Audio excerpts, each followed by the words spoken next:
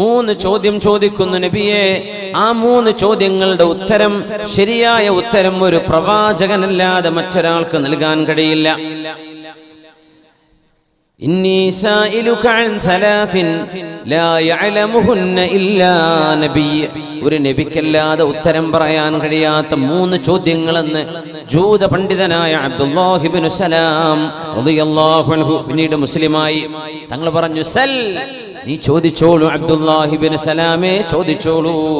മഹാനായ അബ്ദുല്ലാഹി ഇബ്നു സലാം എന്നവർ അഷ്റഫുൽ ഖൽഖ് സല്ലല്ലാഹു അലൈഹി വസല്ലം തങ്ങളോട് ചോദിക്കുന്നു, അഖ്ബിർനി ബിഅവ്വലി അശ്റാത്തിസ് സാഅ വഅഖ്ബിർനി ബിഅവ്വലി തആമിൻ യഅകുലുഹു അഹ്ലുൽ ജന്ന. നബിയേ, നബിയേ, അല്ലാഹുവിന്റെ റസൂലേ, 3 ചോദ്യങ്ങൾ ഞാൻ ചോദിക്കാൻ വരികയാണ്. അതിൽ 3ാമത്തെ ചോദ്യം, അഖ്ബിർനി ബിഅവ്വലി അശ്റാത്തിസ് സാഅ,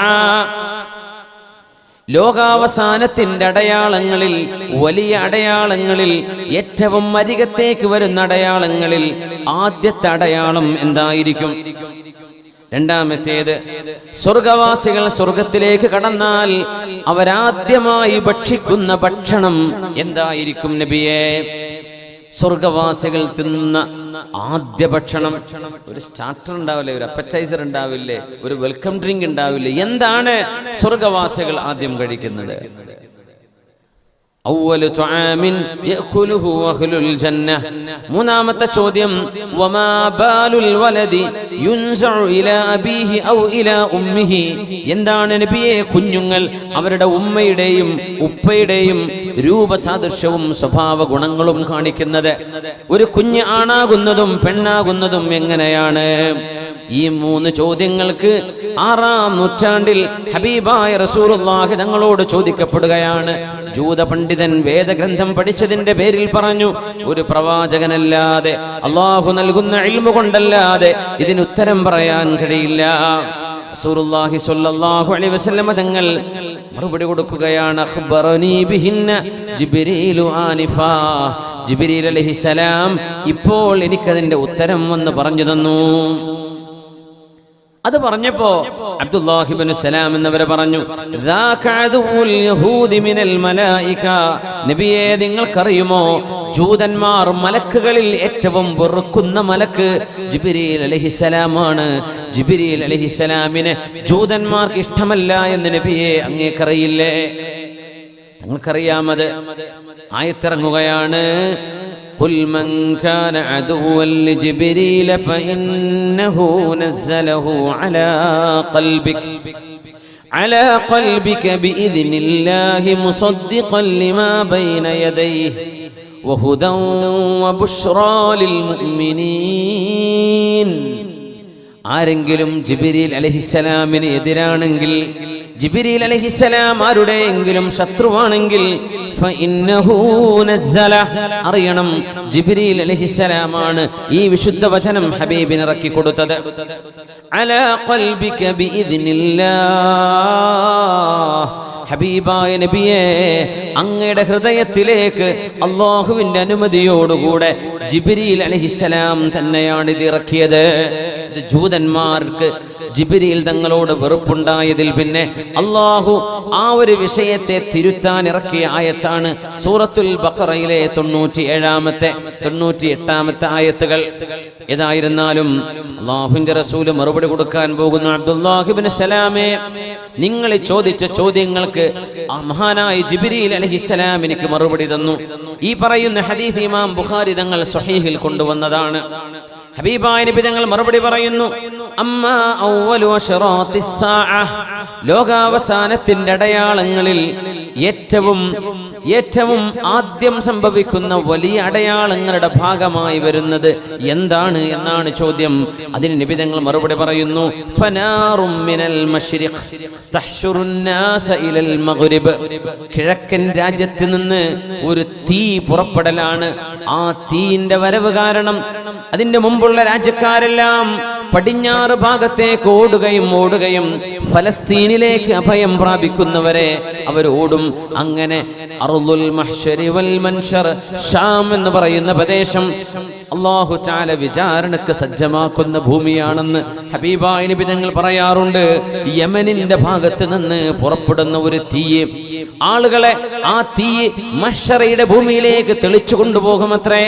അതാണ് അവ്വലു അശ്റാത്തിസ് സാഅ എന്ന് ഹബീബായ നബി തങ്ങൾ മറുപടി കൊടുത്തു. ഇതൊരു പ്രവാചകനല്ലാതെ പറയാൻ കഴിയില്ല. അടുത്ത ചോദ്യം, എന്താണ് അവ്വലു തുആമിൻ യഅകുലുഹു അഹ്ലുൽ ജന്നah? സ്വർഗ്ഗവാസികൾ തിന്നുന്ന ഏറ്റവും ആദ്യത്തെ ഭക്ഷണം ഏതാണ്? അല്ലാഹു സ്വർഗ്ഗത്തിലെത്താൻ നമുക്കൊക്കെ ഭാഗ്യം നൽകട്ടെ. ഏതാണ് ആ ഭക്ഷണം എന്ന് ഇങ്ങനെ വെറുതെ ഒന്ന് മനസ്സിലാലോചിച്ച് നോക്കി. ആർക്കെങ്കിലും ഉത്തരം കിട്ടുന്നുണ്ടോ? ഹരിസു എന്തെങ്കിലും ഉത്തരം അറിയുന്നുണ്ടോ? എന്താണ്? മാഷാ അല്ലാഹ്, ഉത്തരം പറഞ്ഞിട്ടോ? രണ്ടത്താണില്ല, ഹാരിസാണിത്, അബുദാബിയിലാണ്. മാഷാ അല്ലാഹ്. ആദ്യം സ്വർഗവാസികൾ തിന്നുന്നത് ഒരു മത്സ്യത്തിന്റെ ലിവറിന്റെ മീതെയുള്ള ഒരു സോഫ്റ്റ് ഇറച്ചിയുണ്ട് അത്രേ. സിയാദത്തു കബിദിൽ ഹൂത്ത്. റസൂലുള്ളാഹി സ്വല്ലല്ലാഹു അലൈഹി വസല്ലം. ഇത് സ്വർഗ്ഗത്തിലെ മീനാണ്, നമ്മൾ മരുന്നിട്ട് വരുന്ന മീനല്ലത്. സിയാദത്തു കബിദിൽ ഹൂത്ത്, വലിയ സൈസുള്ള മത്സ്യങ്ങൾക്കാണ് ഹൂത്ത് എന്ന് പറയാം. അതിന്റെ ലിവറിന്റെ മീതെ കാണുന്ന ഒരു സോഫ്റ്റ് നല്ല രുചിയുള്ള ഒരു മാംസമുണ്ട്. അതാണ് അത്രേ കൊടുക്കുന്നത്. സുബ്ഹാനല്ലാഹ്. അതെങ്ങനെയാണ്, കുക്ക് ചെയ്തിട്ടാണോ അത് സ്റ്റീം ചെയ്തതാണോ അതൊന്നും നമുക്കറിയില്ല. കിട്ടിയാൽ മതി. അല്ലാഹു നമുക്കൊക്കെ അതിന് തൗഫീഖ് നൽകട്ടെ.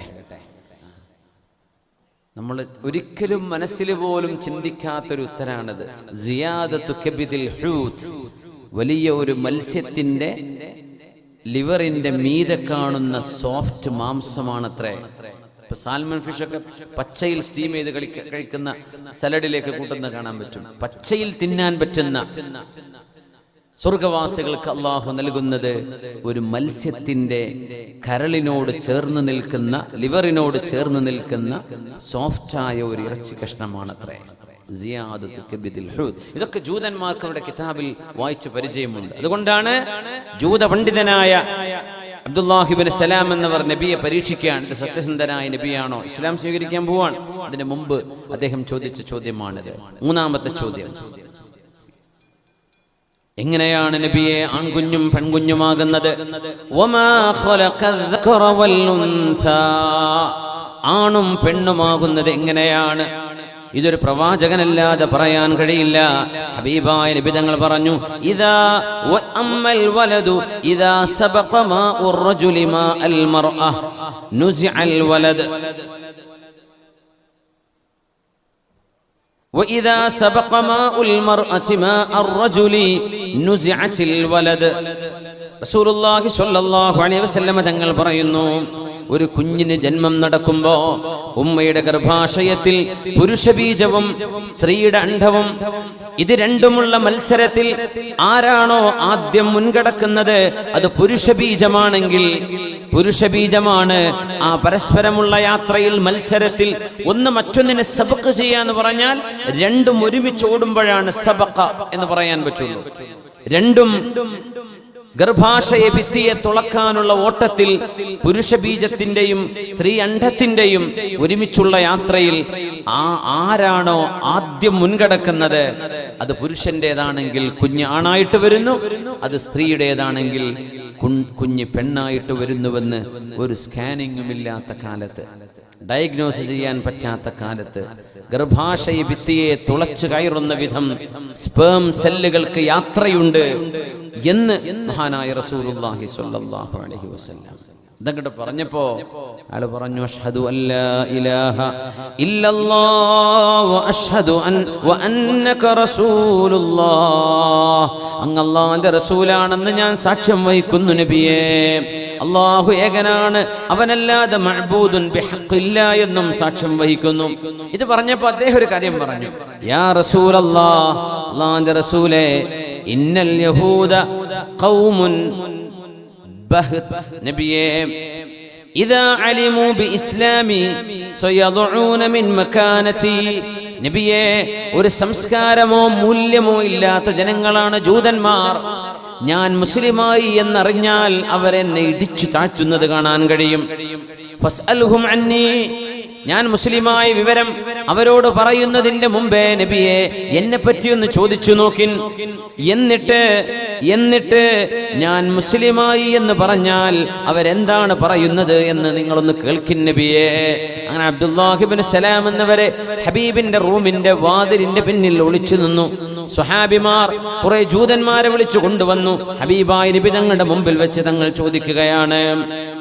ഹബീബായ തങ്ങൾ ചോദിച്ചു, മാ തഖൂലൂന ഫീ അബ്ദുല്ലാഹി ഇബ്നു സലാം. അബ്ദുല്ലാഹി ഇബ്നു സലാമിനെ കുറിച്ച് ജൂതന്മാരെ നിങ്ങൾക്ക് എന്താ പറയാനുള്ളത്? ഖൈറുനാ വബ്നു ഖൈരിനാ, ഞങ്ങളിലെ ഏറ്റവും നല്ല ആളാണ്, ഞങ്ങളിലെ ഏറ്റവും നല്ല മഹാന്റെ മോനാണ്. വഅഅലമുനാ വബ്നു അഅലമിനാ, ഞങ്ങളിൽ ഏറ്റവും വിവരമുള്ള ആളാണ്, ഏറ്റവും വിവരമുള്ള ആളിന്റെ മകനുമാണ്. നിബിതങ്ങൾ ചോദിച്ചു, അവര് മുസ്ലിം ആവുകയാണെങ്കിലോ?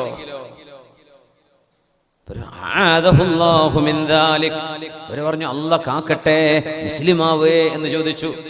അപ്പൊ അബ്ദുല്ലാഹി ഇബ്നു സലാം എന്നവർ വാതിന്റെ പിറകിൽ നിന്ന് ഇറങ്ങി വന്നു. മഹാൻ പറഞ്ഞു, അഷ്ഹദു അല്ലാ ഇലാഹ ഇല്ലല്ലാഹ് വ അന്ന മുഹമ്മദർ റസൂലുള്ളാഹ്. ഇത് പറഞ്ഞപ്പോൾ ജൂതന്മാർ, ഇന്നഹു ശർറുനാ വബിനി ശർരിനാ, ഇയാൾ ഞങ്ങളിലെ ഷർറാണ് നബിയെ, ഞങ്ങളുടെ ഷർറിന്റെ മോനാണ്. അതെ, അവര് പറഞ്ഞു, വജാഹിലുനാ വബിനി ജാഹിലിനാ, ഞങ്ങളുടെ ജാഹിലാണ് ഇയാൾ, ജാഹിലിന്റെ മകനാണ്. നേരത്തെ പറഞ്ഞതിന്റെ നേരെ ഓപ്പോസിറ്റ്. മഹാനായ അബ്ദുല്ലാഹി ഇബ്നു സലാം എന്നിവരോട് വലിയ ദേഷ്യം പ്രകടിപ്പിച്ചുകൊണ്ടാണ് അവർ ഇറങ്ങിപ്പോയത്. ആ മഹാൻ പറഞ്ഞു, നബിയെ നോക്കിക്കോളി, ഇങ്ങനെ ഉണ്ടാവും ചില മനുഷ്യന്മാർ, സ്വന്തം പാർട്ടിയിൽ നിന്ന് പോയാൽ പറയും ഞങ്ങൾ പുറത്താക്കിയെന്ന്. ഇത് മൂപ്പരായിട്ട് പോയതായിരിക്കും. അതുവരെ തലയിൽ കൊണ്ടുവച്ച് നടക്കും. തങ്ങൾക്കെതിരാണ് എന്ന് കണ്ടാൽ എല്ലാ നന്മയും അങ്ങോട്ട് മറച്ച് മൂടി വെച്ചിട്ട് പിന്നെ ആൾ ഏറ്റവും മോശപ്പെട്ട ആളാണ്. ഇങ്ങനത്തെ കുറെ സാധുക്കൾ ഇന്നും നമുക്കിടയിൽ കാണാൻ കഴിയും. അബ്ദുല്ലാഹി ഇബ്നു സലാം തങ്ങൾ പറഞ്ഞു, നബിയെ, ഞാൻ പറഞ്ഞില്ലേ നബിയെ ഇവരിങ്ങനെയാ പറയാൻ പോകുന്നത്?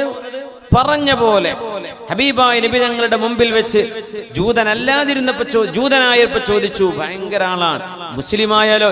മുസ്ലിമാവേ, ഞാൻ മുസ്ലിം ആണല്ലോ എന്ന് പറഞ്ഞു വന്നപ്പോ, ഇയാള് ഞങ്ങൾ ഏറ്റവും ഗുരുത്തം കെട്ട ആളാ നബിയെ, പണ്ടേ ഗുരുത്തക്കേടുള്ളതാ, മുമ്പേ ഇങ്ങനെയാണ്. ആ ഒരു രീതിയിൽ മഹാനായ അബ്ദുല്ലാഹി ഇബ്നു സലാം റളിയല്ലാഹു അൻഹു ഹബീബായ നബി തങ്ങളോട് ചോദിച്ചതിലുണ്ട്, ആണും പെണ്ണും വമാ ഖലഖദ് ദഖറ വൽ ഉൻസ, ആണിനെയും പെണ്ണിനെയും പടച്ചതിൽ വലിയ ദൃഷ്ടാന്തമുണ്ട് എന്ന് പരിശുദ്ധമായ ഖുർആൻ. ഇനി പറയുന്നു, ഇന്ന സഅയകും ലശത്താ, നിങ്ങളുടെ കർമ്മങ്ങൾ വ്യത്യസ്തമാണ്. നമ്മുടെ വിഷയം അവിടെയാണ്. കർമ്മ ഭൂമിയിലെ വിവിധങ്ങളായ വഴികളാണ് നമ്മുടെ വിഷയം. ഹബീബായ നബി തങ്ങൾ പറയുന്നു, നിങ്ങളുടെ അധ്വാനങ്ങളും വ്യത്യസ്തമാണ്. ഇന്ന സഅയകും ലശത്താ, നമ്മൾ അധ്വാനിക്കേണ്ടവരാണ്. വല്ലൈലി ഇദാ യഗ്ശാ വന്നഹാരി ഇദാ തജല്ലാ വമാ ഖലഖൽ ദകറ വൽ ഉൻസാ ഇന്ന സഅയകും ലശത്താ. വിശുദ്ധ ഖുർആൻ സൂറത്തുൽ ഗാശിയ, ഹൽ അതാക ഹദീസുൽ ഗാശിയ വജൂഹുൻ യൗമഇദിൻ ഖാശിഅ ആമിലത്തുൻ നാസിബ തസ്ലാ നാറൻ ഹാമിയ. അല്ലാഹു തആല ഈ ലോകത്ത് അധ്വാനിക്കുകയും ആ അധ്വാനം എന്നേക്കുമായി നഷ്ടപ്പെടുകയും ചെയ്യുന്നവരെ കുറിച്ച്, ഇന്ന സഅയകും, നമ്മൾ അധ്വാനിക്കേണ്ടവരാണ്, സഅയ് ചെയ്യണം. ആ സഅയ് ഹസനായിരിക്കണം, നല്ലതായിരിക്കണം, സയ്യി ആവരുത്, മോശമാവരുത്. ആമിലത്തുൻ നാസിബ, ചില ആളുകൾ അധ്വാനിച്ച് ക്ഷീണിച്ച് തളരുന്നവരാണ്. എന്നിട്ടോ തസ്ലാ നാറൻ ഹാമിയ, നാളെ നരകത്തിലേക്കാണ്. ബാങ്ക് ജോലി, പലിശയുടെ ഇടപാടുകൾ, ഈ ബാങ്ക് ജോലി എന്നൊക്കെ പറഞ്ഞാൽ ഭയങ്കര ടെൻഷൻ പിടിച്ച ജോലിയാണ്. അക്കൗണ്ടുകൾ ഹാൻഡിൽ ചെയ്യലാണ്. ഒരക്ഷരങ്ങൾ പോയ ഒരു ഡിജിറ്റ് നഷ്ടമായാൽ സ്വന്തം സാലറിയും പോരെയും വിൽക്കേണ്ടി വരും കൊടുക്കണമെങ്കിൽ. അത്രയും ടെൻഷൻ പിടിച്ച ജോലിയാണ്. ഊണുമില്ല, ഉറക്കമില്ല, പക്ഷേ പലിശയാണ്. ഇവിടെ ഭയങ്കരമായിട്ട് അധ്വാനിച്ചു, തളർന്ന് ക്ഷീണിച്ചു, പക്ഷേ തസ്ലാ നാറൻ ഹാമിയ. അല്ലാഹു പുറത്തു തന്നില്ലെങ്കിൽ നരകശിക്ഷ അനുഭവിക്കേണ്ട കുറ്റമാണ്. ഇവിടെ ക്ഷീണം, നാളെ ശിക്ഷയും. ഉമർ തങ്ങൾ ഷാമിലേക്ക് പോകുന്ന വഴിയിൽ ഫലസ്തീനിന്റെ ഭാഗങ്ങളിൽ എത്തിയപ്പോ ഒരു ക്രിസ്തീയ മങ്ക്, ഒരു പൂജാരി, ക്രിസ്തീയനായ ഒരു ആരാധനാകർമ്മങ്ങളിൽ മുഴുകിയ ഒരു സന്യാസി ഒരു ഗുഹയുടെ ഉള്ളിൽ പ്രാർത്ഥനാ നിമഗ്നനാണ്. ഫലസ്തീനിലേക്ക് ഇന്ന് ചെന്നാലും ഒരുപാട് ക്രിസ്തീയ ക്ഷേത്രങ്ങൾ കാണാൻ കഴിയും, ക്രിസ്തീയ ചർച്ചുകൾ ഒരുപാട് കാണാൻ കഴിയും. നമ്മളൊക്കെ മസ്ജിദുൽ അഖ്സ കാണാൻ വേണ്ടി യാത്ര പോകുന്ന പോലെ കേരളത്തിൽ നിന്ന് ക്രിസ്ത്യാനികൾ ഈസാ നബി യേശുക്രിസ്തുവിന്റെ നാട് കാണാനെന്ന് പറഞ്ഞ് എത്രയോ ക്രിസ്ത്യാനികൾ യാത്ര വരുന്നുണ്ട് ഫലസ്തീനിലേക്ക്. അവർക്കും അതൊരു സിയാറത്ത് യാത്രയാണ്. മറിയം ബീവി, ഈസാ നബി ഒക്കെ, ഈസാ നബിയുടെ ഉയർത്തെഴുന്നേൽപ്പ് എന്നൊക്കെ അവർ വിശ്വസിക്കുന്ന പല കാര്യങ്ങളും അവിടെ അടയാളപ്പെടുത്തിയിട്ടുണ്ട്. ഇരിക്കട്ടെ, ക്രിസ്തീയനായ പുരോഹിതൻ അവിടെ ഗുഹയിൽ ഇങ്ങനെ ഇരിക്കുമ്പോ ഉമർ റളിയല്ലാഹു അൻഹു ഏയ് എന്ന് വിളിച്ചു. യാ റാഹിബ്, ഏ പുരോഹിത. പിളങ്ങ തലട്ട് നോക്കി ഉമർ തങ്ങൾ അങ്ങോട്ട് പൊട്ടിക്കരഞ്ഞു. ഒന്നും പറഞ്ഞില്ല, പൊട്ടിക്കരഞ്ഞു. ചൂടും വെയിലും സഹിച്ച്, അന്നവും വെള്ളവുമില്ലാതെ, കുടുംബവും മക്കളുമില്ലാതെ ഒറ്റക്കൊരു മലയുടെ മുകളിൽ ഒരു പാറക്കെട്ടിന്റെ ഉള്ളിൽ ഒരു മനുഷ്യൻ ആരാധിക്കാൻ. അയാളുടെ വിശ്വാസം കുഫറിന്റെ വിശ്വാസം. ഉമർ തങ്ങൾ യാ റാഹിബ്, ഏ പുരോഹിത. അയാളെ പുറത്തേക്ക് നോക്കി, ആരായി വിളിക്കണത്? നോക്കുമ്പോൾ ഉമർ ഇബ്നുൽ ഖത്താബ് തങ്ങളാണ്. ഉമർ തങ്ങളുടെ ആ വിളി അങ്ങ് അദ്ദേഹം കേട്ടു. ഉമർ റളിയല്ലാഹു അൻഹു പൊട്ടിക്കരഞ്ഞു. അദ്ദേഹം ചോദിച്ചു, എന്തേ ഖലീഫ, എന്തേ നിങ്ങൾ കരയുന്നത് എന്ന് പറഞ്ഞു. ഉമർ തങ്ങൾ ബിസ്മില്ലാഹിർ റഹ്മാനിർ റഹീം ആമിലത്തുൻ നാസിബ തസ്ലാ നാറൻ ഹാമിയ എന്നോട് ഓതി കൊടുത്തു. ആമിലത്തുൻ നാസിബ, ഒരുപാട് അധ്വാനിച്ച് ക്ഷീണിക്കുകയാണല്ലേ. തസ്ലാ നാറൻ ഹാമിയ, ഇത് കഴിഞ്ഞാൽ ചൂടുള്ള നരകത്തിലേക്കുമാണല്ലേ. ഇത് ഓർത്തിട്ട് കരയാണ്. വല്ലാത്തൊരു മെസ്സേജാണത്. 5 മണിക്കൂർ വഅദ് പറയുന്നതിന് തുല്യമാണ് 2 ആയത്ത്. ആ ഒരു കോണ്ടെക്സ്റ്റിൽ ഉമർ റളിയല്ലാഹു അൻഹു പറഞ്ഞു കൊടുക്കാൻ കരഞ്ഞു. എന്തിനാ കരയുന്നത്? ആമിലത്തുൻ നാസിബ തസ്ലാ നാറൻ ഹാമിയ. എത്ര അധ്വാനിക്കുന്നുടോ, എന്തെല്ലാം ക്ഷീണവും വെയിലും ജലദോഷവും പനിയും പിടിച്ചിട്ടായി അധ്വാനിക്കുന്നത്. എന്നിട്ട് നിങ്ങൾ ഹിദായത്തിലുമല്ല, നാളെ നരകത്തിലേക്കല്ലേ. ഞാൻ ഓർത്തിട്ട് കരയാണ്. റസൂലുള്ളാഹി സ്വല്ലല്ലാഹു അലൈഹി വസല്ലം തങ്ങൾ നമ്മളോട് അധ്വാനിക്കാൻ പറയുന്നു. അതുകൊണ്ടാണ് തങ്ങൾ പറയുന്നത് അഹബ്ബുൽ അസ്മാഇ ഇലല്ലാഹി അബ്ദുല്ലാഹി വ അബ്ദുർറഹ്മാൻ വ അസ്ദഖുഹാ ഹാരിസുൻ വ ഹുമാം വ അഖ്ബഹുഹാ ഹർബുൻ വ മുറ. അല്ലാഹുവിന് ചില പേരുകൾ ഇഷ്ടമാണ്. അഹബ്ബുൽ അസ്മാഇ ഇലല്ലാഹ്, അല്ലാഹുവിന് ഏറ്റവും ഇഷ്ടമുള്ള പേരുകൾ പെട്ടത് അബ്ദുല്ലാഹി വ അബ്ദുർറഹ്മാൻ, അല്ലാഹുവിന്റെ അടിമ, കാരുണ്യവാന്റെ അടിമ എന്ന അബ്ദ് വെച്ച് വരുന്ന പേരുകൾ അല്ലാഹുവിന് വളരെയേറെ ഇഷ്ടമാണ്. വ അസ്ദഖുഹാ, ഒരു മനുഷ്യനോട് ഏറ്റവും യോജിക്കുന്ന പേര് ഹാരിസുൻ വ ഹുമാം, ഹാരിസ് ഹുമാം എന്ന പേരുകളാണ്. അബ്ശ്രി യാ ഹാരിസ്, ഹാരിസ് സന്തോഷം. ഹാരിസ് എന്ന് പറഞ്ഞാൽ, ഹാരിസ് എന്ന് പറഞ്ഞാൽ ഗാഡ്. നമ്മുടെ ജ്വല്ലറിക്ക് കാവലിക്കൂല, രാത്രിയൊക്കെ കണ്ണൊക്കെ പൊടി കെട്ടിയിട്ട് കസാലിയിരുന്നിട്ട് ഉറങ്ങണ ഒരു പരിപാടി. കള്ളന്മാർ 2 കൈയും പൂട്ടി കെട്ടിയിട്ട് ജ്വല്ലറി തുറക്കല്. അപ്പോ ജ്വല്ലറി പണിക്ക് നിൽക്കണല്ലോ, ഒന്നുകിൽ പകൽ ഉറങ്ങുക, എന്നാലേ ആ റാത്തിബ്, ആ ശമ്പളം ഹലാലാവുള്ളൂ. രാത്രി കടന്നുറങ്ങി എങ്ങനെ ആ പണി നടക്കുമോ? അപ്പോ അതിന് ഹാരിസ് എന്ന് പറയും, ഗേറ്റ് കീപ്പർ, പറാവുകാരൻ. അത് ഹാരിസാണ്. നബി തങ്ങൾ പറഞ്ഞ ഹാരിസ്, ഹറസൽ അർള എന്ന് പറഞ്ഞാൽ ടു പ്ലസ് ദ ലാൻഡ്. നമ്മൾ ഭൂമിയെ ഉഴുതുമറിച്ച് കൃഷി ചെയ്യാൻ വേണ്ടി ഉഴുതുമറിക്കൂലേ, അതിനാണ് ഹറസ എന്ന് പറയുന്നത്. ഹാരിസ് എന്ന് പറഞ്ഞാൽ കർഷകൻ.